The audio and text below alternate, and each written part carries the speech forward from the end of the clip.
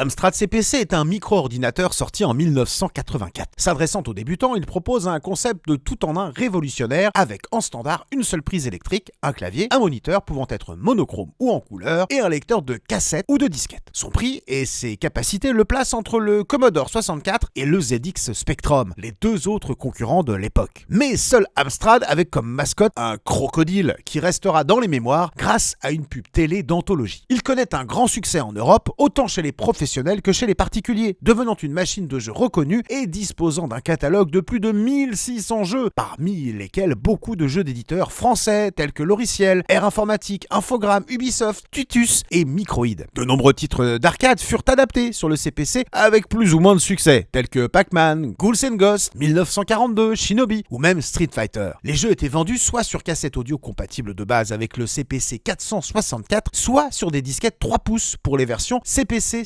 664 et 6128. La différence entre les deux formats est la vitesse de chargement des programmes. Sachez qu'il faut près de 20 minutes pour charger la version arcade de Star Wars depuis la cassette audio. On comprend facilement pourquoi les versions suivantes proposeront un support disquette plus rapide. Le CPC a été conçu pour être simple et convivial, et cela passe aussi par la simplicité du lancement des programmes, par une simple combinaison de touches. Un progrès pour l'époque quasiment de plug and play. Un progrès pour l'époque quasiment du plug and play. Le CPC connaît un léger renouveau en 1990 avec la gamme Plus, mais malheureusement pour Amstrad, ces modèles sont beaucoup trop en retard et le CPC finit sa carrière commerciale la même année. Mais il n'est pas mort et des développeurs amateurs sortent encore de nouveaux jeux sur cette plateforme mythique, vendus à plus de 3 millions d'exemplaires.